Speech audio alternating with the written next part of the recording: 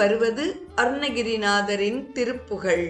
என்னால் பிறக்கவும் என்னால் இறக்கவும் என்னால் துதிக்கவும், கண்களாலே என்னால் அழைக்கவும் என்னால் நடக்கவும் என்னால் இருக்கவும், பெண்டிர் வீடு என்னால் சுகிக்கவும் என்னால் ருசிக்கவும் என்னால் சலிக்கவும், தொந்த நோயை என்னால் எரிக்கவும் என்னால் நினைக்கவும் என்னால் தரிக்கவும், இங்கு நானார் கல்நாள் உரித்த என் மன்னா, எனக்கு நல் கர்ணாமிர்த பதம் தந்த கோவே.